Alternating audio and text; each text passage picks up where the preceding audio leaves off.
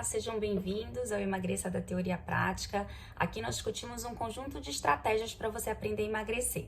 Eu sou Flávia Cunha, médica endocrinologista, e hoje eu vou contar para vocês o que eu tive que aprender para me manter uma pessoa magra.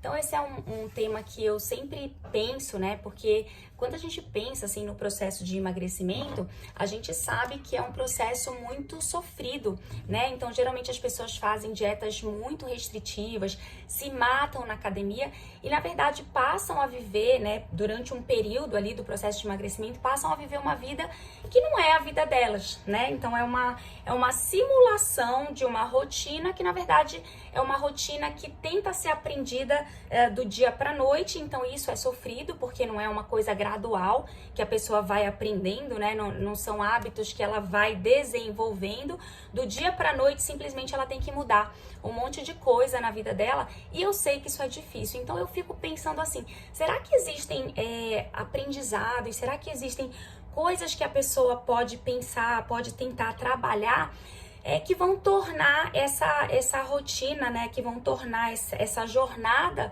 do emagrecimento menos sofrida, tá? Então é mais ou menos sobre isso que eu vou falar. Eu selecionei aqui algumas coisas que eu acho que são insights importantes, coisas importantes para a gente tentar desenvolver, para a gente tentar aprender, e aí isso vai tornar o emagrecimento uma coisa mais leve e até mais sustentável, né? Uma coisa que vai perdurar por mais tempo. Então, vamos lá. Então, assim, muita gente acha que tem gente que tem a bênção de ser magra, né? Que já nasceu ali com aquele selo, olha, né? Você vai ter uma genética boa, você vai ter um metabolismo bom. E na verdade, tem muita coisa que a gente pode aprender, que a gente pode desenvolver, que vai mudar um pouquinho essa história, né? Por mais que você tenha ali toda a sua família com história de obesidade, com história de diabetes, doenças metabólicas, você pode fazer algumas coisas que vão mudar, tá? Então a primeira coisa é a gente entender, né? A gente saber que metabolismo e genética não determinam 100% do nosso corpo, né? Do futuro do nosso corpo, tá? Então, quando a gente realmente entende que é possível mudar, a gente sai daquela inércia, né? Porque se eu penso que eu já tô predestinada a ser obesa, eu já tô predestinada a viver a minha vida acima do peso com um corpo que não me agrada. Se eu penso isso, eu não vou nem sair do sofá, como dizem, né? Não vou me esforçar e aí eu não vou nem ver o resto desse vídeo, né? Porque não vale a pena. Então a primeira coisa é você entender que realmente você pode fazer coisas para mudar o seu destino, né? O destino do seu corpo. Então imagina, quando você quer aprender uma coisa nova, por exemplo, sei lá, você quer aprender uma habilidade nova, o que você faz? Se for uma coisa muito complexa, você paga um curso, você chama, né, um professor. Ou se é uma coisa mais simples, você entra na internet, você joga no Google, você joga ali no YouTube, você tenta ver um tutorial, um vídeo que vai te ensinar, né? Então pense que as habilidades de uma pessoa, né, que se mantém magra, elas também podem ser aprendidas, tá? Da mesma forma, tá certo? Então é mais ou menos sobre isso que a gente vai falar hoje. Então o segundo aprendizado, né, que eu acho que é um dos... Então assim, primeira coisa, saber que vale a pena investir para aprender, tá? Então tem habilidades que vão mudar o destino da genética e do metabolismo, que podem transformar o seu corpo. Segunda coisa é aprender a trabalhar a saciedade. Então essa, na minha opinião, é uma das mais poderosas. Então assim, o que é, vamos lembrar o que é a saciedade. A saciedade é aquela sensação de rejeitar comida. Então é quando, né, eu sinto que o meu corpo não tá precisando de comida. Não é aquele negócio de rejeitar de propósito, né, de querer comer, mas rejeitar. Não, é um sentimento, é uma sensação natural do corpo, né, de dizer, olha, não estou me sentindo atraída por nenhum tipo de comida, por mais gostosa que seja, eu tô realmente cheia, tô saciada, eu não tô querendo, tá? Então é quando você consegue rejeitar a comida ou até quando você tá comendo e você sente que chegou no limite, aí você decide parar de comer. A gente chama isso, esse ponto de parada, né, durante a refeição, a gente chama de saciação, mas de forma prática, simples, a gente usa meio que como sinônimo, tá? Saciação, saciedade, para um linguajar mais popular, para todo mundo entender, a gente usa como sinônimo. Tecnicamente tem esse nomezinho diferente, saciação, parar de comer, e saciedade é o tempo que você vai ficar satisfeito com a comida, ok, sem querer, né, buscar uma nova comida. Então vejam só, se a gente aprende, se a gente trabalha isso, se a gente desenvolve isso, é muito fácil você rejeitar a comida, né? Tem gente que vai falar assim pra mim, ah, Flávia, isso não acontece comigo, tá? Então eu tô sempre com fome, tô sempre disposto a comer. Então eu entendo que existem pessoas que realmente sentem isso, que realmente pensam isso, mas é porque elas, na verdade, não estão conectadas, não aprenderam a desenvolver e a perceber a saciedade. A saciedade é um negócio que vai sendo desenvolvido. Então, e eu digo até por mim, né? Antigamente eu não tinha tanto essa percepção. E eu acho que de tanto, né, estudar e de tanto ajudar as pessoas, né, nesse tema e de tanto falar sobre isso, eu acho que eu mesma fui desenvolvendo mais a minha saciedade. Então, hoje eu tenho até dificuldade, às vezes assim, eu passo até um pouco de vergonha porque eu não consigo terminar uma refeição, porque a minha saciedade é muito potente. Só que não foi assim do dia pra noite, foi uma coisa que eu fui aprendendo e fui desenvolvendo, né? Então, imagina a cena, olha que interessante, imagina essa cena. Você vai num restaurante, aí você pede lá um prato, né, uma refeição, e aí chega o seu prato, chega um prato ali bem servido, e aí você começa a comer, você vai comendo o prato, papapá, e aí vai chegando ali no meio do prato, você já conseguiu comer metade do prato, você vai sentindo, né, que não tá mais entrando. Você vai sentindo que tá ficando, né, empachado, tá ficando muito cheio. Você fala assim, nossa, não vou conseguir terminar esse prato. E aí, de repente, aí você ainda tenta mais um pouquinho, e aí você vê que não dá pra continuar, e você cruza o talher e fala, não vou além, eu vou parar. E aí vem o garçom e fala assim, nossa, você já terminou? Já não quer mais? Não tava bom? Aí, né, fica aquela coisa, assim, constrangedora, parece que você não gostou da comida. Vocês vão escutar alguns foguetes, Círio de Nazaré hoje aqui em Belém, tá? Tô aqui com a minha blusinha do Círio, e aí pode ser que a gente tenha alguns foguetes aí. Então, vamos voltar lá pro restaurante. Então, você tá lá constrangido porque você não conseguiu terminar o prato e o garçom tá achando que você não gostou da comida. Na verdade, não. Na verdade, é porque a sua saciedade mandou parar. Isso é assim, né? É ruim pelo constrangimento ali do restaurante, mas é muito bom pro emagrecimento. É muito bom tanto para emagrecer quanto para se manter magro, né? Então, a saciedade é um sinal muito poderoso que a gente precisa buscar, a gente precisa desenvolver, precisa encontrar, precisa trabalhar, tá? E é possível que ela melhore cada vez mais, tá certo? Então, essa é a outra dica, a segunda dica. O segundo aprendizado que eu acho que quando a gente aprende é uma coisa natural. Você não fica passando fome, tá? Você realmente aprendeu a ouvir a saciedade, o seu corpo deu o sinal e você recebeu o sinal e tá tudo certo. Você vai comer pouco sem sofrer, tá? Terceira coisa é você admirar corpos magros, né? Corpos mais magros, mais definidos, né? Admirar e almejar aquilo de verdade. Porque uma coisa é você admirar, mas falar assim, aquilo ali não é pra mim.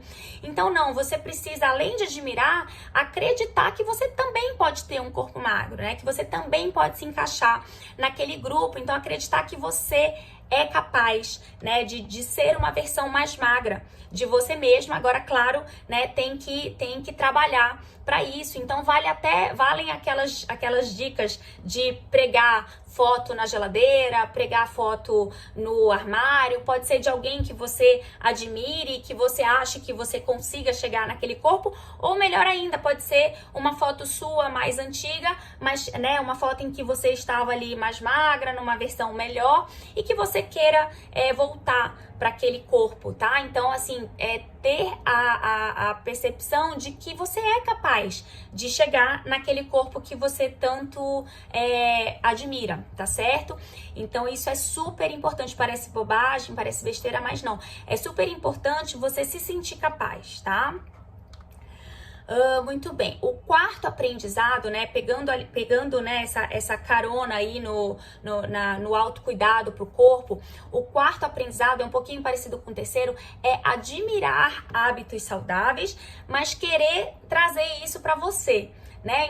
Então tem gente assim que só quer emagrecer, mas não quer fazer mais nada. Isso não vai dar certo, minha gente, né? Você só querer um peso na balança, mas você não querer mudar de verdade os seus hábitos, né?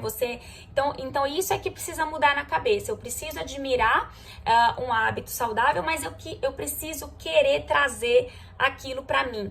Imagina, eu não sei se você tem filhos, né? Mas imagina, mesmo que você não tenha, imagina que você tivesse e assim, eu tenho certeza que você vai sempre querer dar o melhor pro seu filho, não é? Você vai querer pagar a melhor escola que você pode pagar. Se você puder, você vai pagar um curso de línguas, um curso de inglês, você vai colocar ele no futebol, ou se for menina, você vai colocar no balé, ou em alguma dança, ou em alguma atividade. Você quer desenvolver aquela pessoa, né? Você quer desenvolver intelectualmente para que ele se desenvolva profissionalmente, para que ele se desenvolva pessoalmente. Esse raciocínio, né, essa noção de autocuidado, de investimento no filho, você precisa ter igual para o seu corpo. Imagina que o seu corpo é o seu filho. Então você precisa investir no seu corpo no sentido de pensar assim, o que eu posso dar de melhor pro meu corpo? O que eu posso oferecer de melhor pro meu corpo? Então, tente pensar no seu corpo como se fosse o seu filho, tentando dar a ele as melhores oportunidades. Isso é adquirir hábitos saudáveis. Esse raciocínio, né, essa mentalidade nos ajuda a tentar trazer hábitos saudáveis pro nosso corpo, tá?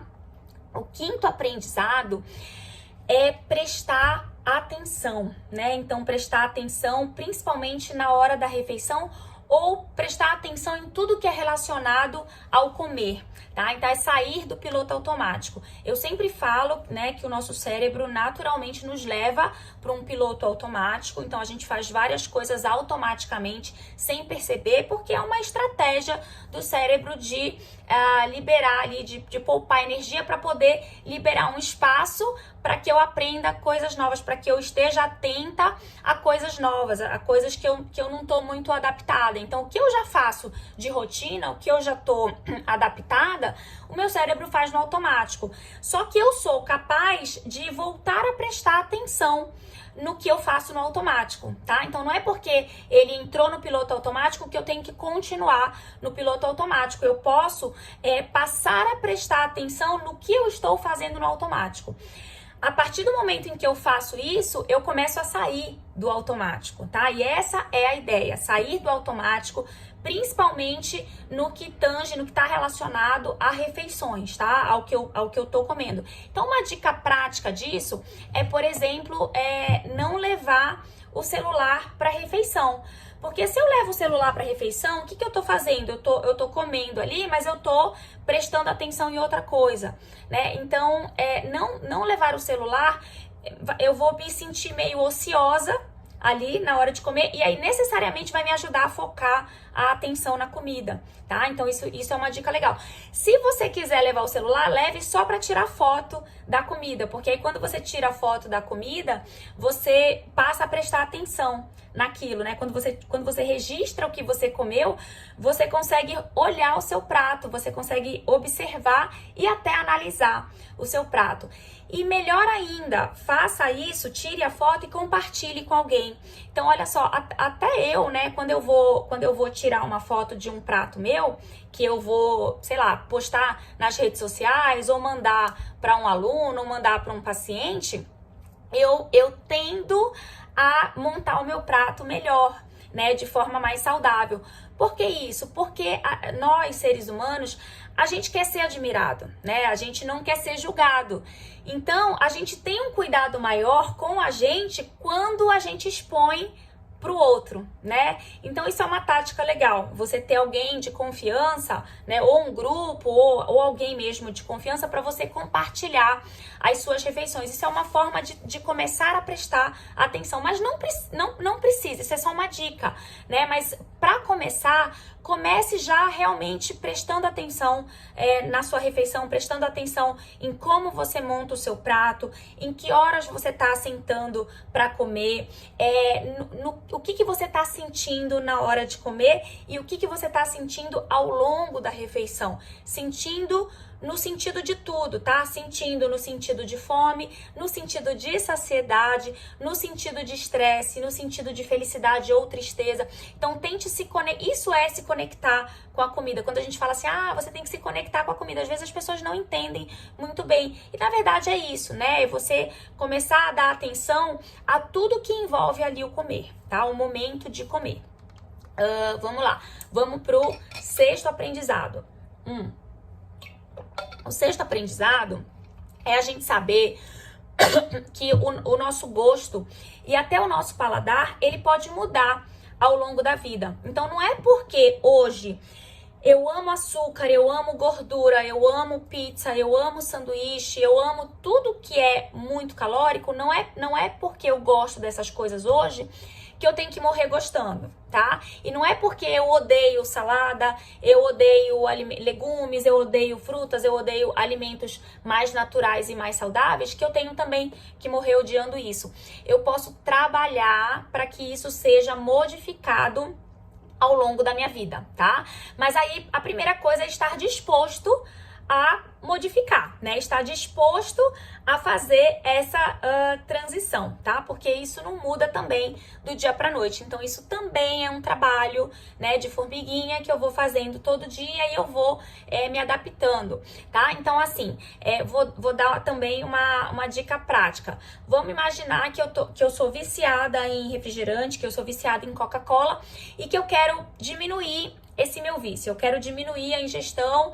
Claro que o ideal seria parar, mas também eu sei que, né, uma coisa que a gente tem vício é difícil parar do dia pra noite. Então, o que eu posso começar a fazer? Então, no momento em que eu tô bebendo ali um copo de Coca-Cola, eu posso tentar começar a pensar coisas ruins associadas à Coca-Cola no momento da ingestão, tá? Então eu tô ingerindo, aí geralmente a gente sente aquele gás queimando aqui no esôfago, né? Então eu posso pensar assim, nossa, isso tá inflamando o meu esôfago, vai machucar o meu estômago. Aí eu posso pensar assim na Coca como um líquido preto cheio de açúcar. Aí eu começo a pensar no açúcar refinado puro, né? E olha que eu gosto de açúcar, mas se eu imaginar o açúcar refinado puro, comendo puro, me dá um pouquinho de aversão, né? Não sei vocês. Então, assim, eu começo a ter pensamentos de aversão, pensamentos ruins que me fazem admirar menos a Coca-Cola, né? Porque se eu, é o que eu já falei aqui, né? Se eu tomo a Coca-Cola, aí, ai, que delícia, que geladinha, que docinha, papapá, só penso coisa boa sobre ela, é muito difícil eu largar esse vício, né? Então eu preciso fazer essa associação de pensamento com o alimento que eu quero me livrar, eu preciso associar ele com uma coisa ruim. Outro exemplo, outra dica seria, se eu tô comendo ali um sanduíche meio que gorduroso, com maionese, com queijo gordo, com bacon, uma combinação de comidas muito gordurosas, que aí eu já sei que são muito calóricas, o que eu posso... Ele pode estar até saboroso na hora, né? Se eu tiver com fome, ele vai estar mais saboroso ainda. A gente vai já falar sobre isso. Mas aí, o que eu posso pensar? Nossa, olha o tanto de gordura que eu tô colocando pro meu corpo. Aí já vem a ideia, olha só como as coisas se conectam, já vem a ideia do autocuidado, né? Isso não é um hábito legal. Então, o que eu penso? Nossa, eu tô colocando um monte de gordura pra dentro do meu corpo. Essa gordura, ela vai virar gordura no meu fígado, que é a esteatose hepática. Ela vai virar gordura na minha barriga. Ela vai virar celulite na minha perna. Então, eu começo a pensar coisas ruins associadas a esse tipo de refeição, né? Então, é uma tática aí, né, para você começar a gostar cada vez menos disso. Isso não acontece, né, você se livrar do vício também não acontece do dia pra noite. A ideia não é proibir, eu não gosto de trabalhar com proibição, sempre falo isso, mas a ideia é você começar a depender cada vez menos daquilo e o seu próprio organismo começar a rejeitar. Se você começa a trabalhar isso, você vai ver que o seu próprio organismo vai começar a rejeitar o excesso disso, né? Então, o excesso de Coca-Cola, o excesso do sanduíche muito gordo, tá? Então, é uma coisa que aos pouquinhos o organismo vai rejeitando e vai te ajudando, porque você se proibir uma coisa que você ama é muito difícil, por isso que as dietas não dão certo, né? Porque, então assim, em outras palavras, o que eu tô ensinando pra vocês aqui são técnicas, são táticas pra você de fato mudar o seu hábito e aí diminuir o seu sofrimento no processo de emagrecimento. Vamos lá, então aí a gente já vai pro sétimo aprendizado. Então, o sétimo aprendizado é a gente entender bem a diferença de regra e exceção, né? Então, como eu comentei, eu não gosto de trabalhar com proibição, mas eu penso que existe uma frequência saudável, uma frequência segura, vamos dizer assim, de ingestão, né? E aí a gente tem que trabalhar com essa frequência segura. Então, imagina aí uma pessoa que já até emagreceu e ela precisa se manter magra. Então, o que a gente poderia propor para ela como regra e exceção? Vou dar um exemplo. Eu já percebi que a maioria dos meus pacientes, dos meus alunos do curso, eles fazem de 4 a 5 refeições por dia em média. Então, vamos colocar aí uma semana, 7 dias, vamos colocar que eles comam 5 vezes ao dia. Então, o café, um lanche da manhã, o almoço, um lanche da tarde e o jantar. Geralmente é assim. Os que comem 4 geralmente fazem café, aí pulam o lanche da manhã, já vão pro almoço, fazem um lanche da tarde e depois já vão pro jantar. Ou às vezes, né, os que comem 5, ao invés de fazerem o lanche da manhã, fazem uma ceia. Então, eles fazem também café, almoço, lanche da tarde, jantar, e aí às vezes fazem uma ceia. Então, só tô dando uns exemplos aqui pra vocês, não tem certo e errado, tá? Existem estratégias, mas aí vamos imaginar aí uma dessas pessoas que coma 5 refeições por dia. Em 7 dias e uma semana, ela vai ter feito em média 35 refeições. Eu posso propor para ela uma relação 80% versus 20%. O que é isso? Em 80% das refeições, ela vai tentar fazer uma refeição mais saudável.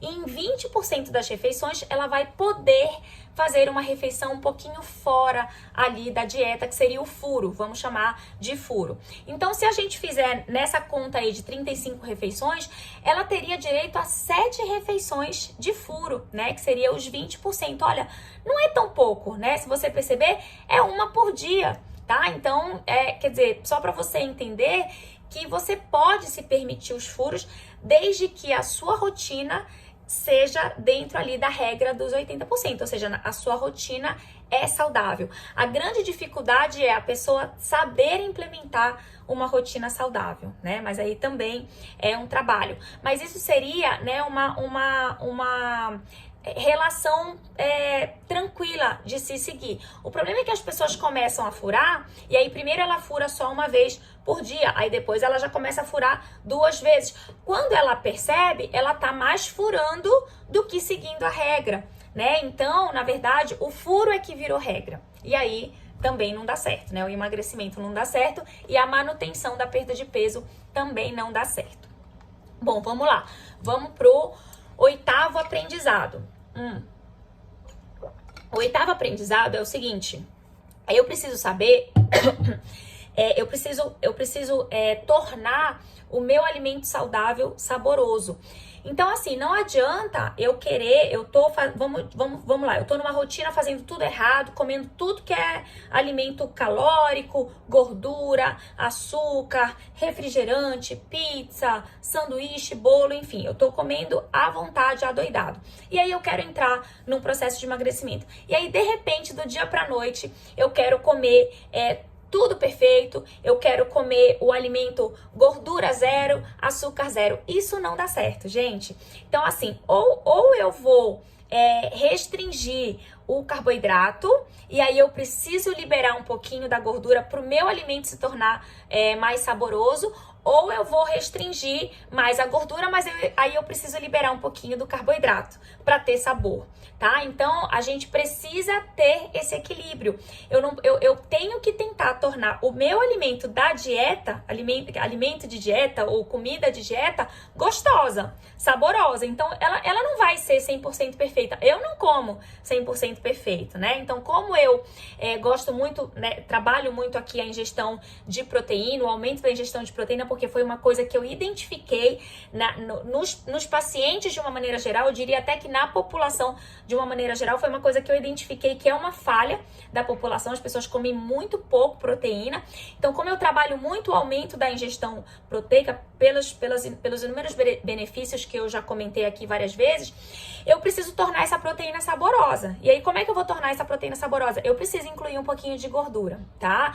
Ou então, por exemplo, se eu tenho um problema de dislipidemia, se eu tô com colesterol muito alto, eu tenho alguma restrição, ou um paciente que tem um problema de coração e eu preciso limitar a ingestão de gordura dele, eu preciso liberar um pouquinho mais de carboidrato para ele, para acompanhar essa proteína. Então, precisa se tornar saboroso para poder, né, ter ali a duração, tá? Então, para a pessoa ter a sustentabilidade da alimentação saudável, ela precisa ser saborosa. Então, eu preciso aprender a tornar isso saboroso, porque senão, né, a pessoa vai furar toda hora e aí vai ser pior, tá?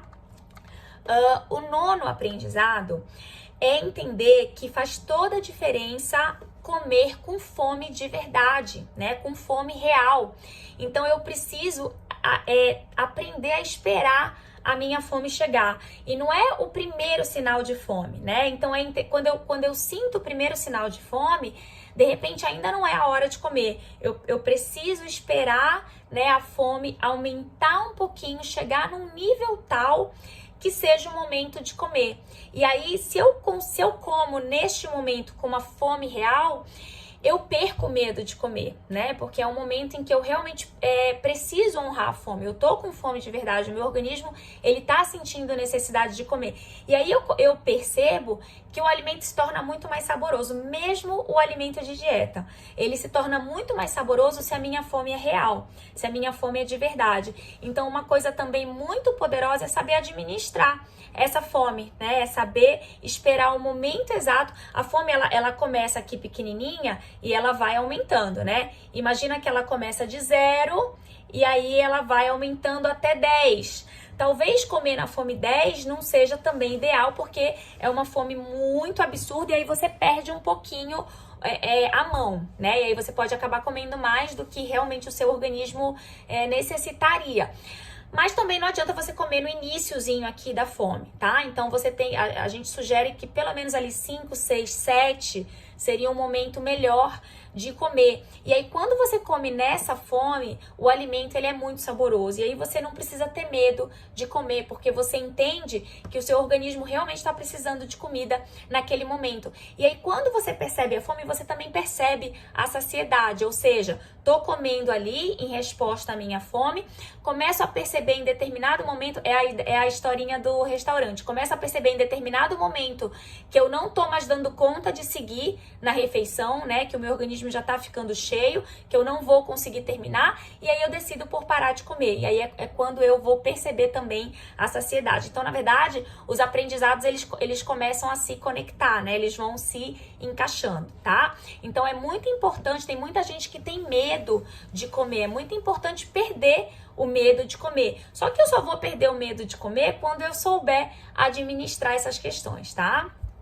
Vamos lá. Estamos já no 10º aprendizado, 10º e último aprendizado. Então, o 10º aprendizado é o seguinte, é a gente entender, a gente ter a tranquilidade de que é normal, é esperado comer em resposta a um estresse, em resposta a um momento de ansiedade. Todo mundo sente isso, tá? Todo ser humano está sujeito a querer comer e talvez querer comer uma coisa mais saborosa, mais calórica, num momento de tensão, de estresse. Tem gente que no ápice da tensão perde a fome. Só que depois que relaxa, vem uma fome louca. E tem gente que não, no ápice da tensão tem fome, tá? Então isso pode ser diferente entre as pessoas, mas o que a gente precisa entender e também assim relaxar um pouco mais é que todo mundo pode sentir fome em resposta às emoções, em resposta ao estresse. O perigo está quando em toda sensação a gente sente a necessidade de comer, né? Então, quando a gente não tem outras estratégias, ou seja, quando a gente tá o tempo inteiro ansioso, o tempo inteiro estressado, e aí o tempo inteiro a gente precisa trabalhar isso com comida. Aí é que tá o perigo, porque aí eu vou estar comendo toda hora e é isso que vai me engordar. Agora, por exemplo, tive uma semana pesada, uma semana estressante, aí chega lá para quinta ou sexta-feira, eu começo a relaxar, porque já vem o final de semana, e aí eu sei lá, eu decido ir num restaurante à noite com meu marido, então à tarde eu decido ir numa, sei lá, padaria ou numa doceria, e aí eu decido comer ali alguma coisa que estaria fora ali do que eu julgo saudável. Olha, tudo bem, tá? Aí você coloca aquilo como seu furo, né? Você pode ter esse furo, desde que depois que você faça aquela refeição, você volte ali para tua rotina, que a tua rotina, em tese, é uma rotina saudável. Então, tudo bem, eu não preciso me sentir culpada porque eu furei, tá? Eu tenho esse direito, de vez em quando eu tenho esse direito. O que eu não posso é, segunda-feira me estressei com tal coisa, fui lá e comi. Aí na terça-feira me estressei com outra coisa, fui lá e comi. Ou seja, todo dia e toda hora estar buscando comida para confortar as coisas ruins que eu sinto, tá? Então, aí quando isso acontece, aí eu preciso pedir ajuda, né? E aí, geralmente, essa ajuda é uma ajuda técnica, né? Então, eu preciso buscar um profissional para, na verdade, me ajudar a trabalhar os meus sentimentos, porque eu não posso estar buscando comida toda hora para resolver os meus sentimentos. Eu preciso ter outras estratégias para poder me acalmar, tá certo? Então, esse foi o 10º e último aprendizado. Então, antes da gente terminar, vou só recapitular aqui. Primeiro, lembrar que vale a pena o esforço do aprendizado, tá? Então, que genética e metabolismo não são 100% determinantes. Muita coisa eu posso mudar. Segundo, encontrar saciedade, aprender a desenvolver a minha saciedade, que é muito poderosa. Eu diria que é um dos aprendizados mais poderosos. Terceiro, eu sou capaz de ter um corpo magro do jeito que eu sonho. Eu sou capaz, é me sentir capaz, tá? Quarto, admirar e cultivar hábitos saudáveis. Lembrar, né? Lembra do filho? O que eu posso dar de melhor pro meu corpo? 5, sair do piloto automático, ter atenção a comer. Se for necessário, compartilha com alguém, né? Mas fica atento para a comida. Tenta sempre estar atento para o que você está fazendo ali durante a refeição, para o que você está pensando, para o que você está sentindo. Sexto, influenciar o corpo a gostar do que é saudável e a rejeitar o que não é saudável. Então, é a brincadeira lá da Coca-Cola, do sanduíche que eu falei, né? É tentar nutrir pensamentos que vão me ajudar a gostar do que eu sei que eu preciso gostar e vão me ajudar a rejeitar o que eu sei que eu preciso rejeitar. Sétimo, regra versus exceção. Saber o que é regra, saber o que é exceção. Oitavo, tornar o alimento saudável verdadeiramente saboroso. Lembrar que não dá para ser 100% saudável, tá? Nono, comer com fome real. Então, esperar a fome real para poder comer e aí comer sem medo. E 10º, entender que os sentimentos influenciam, né, no nosso apetite, na nossa fome. Aceitar isso e aí considerar que nesse momento vai ser um furo aceitável, vai estar ali dentro da minha rotina e aí eu não preciso ficar abalada porque eu furei, né? Mas lembrar que se isso está acontecendo toda hora, eu preciso pedir ajuda. Certo, gente? Hoje foi isso. Espero vocês no próximo vídeo. Um beijo a todos. Tchau, tchau.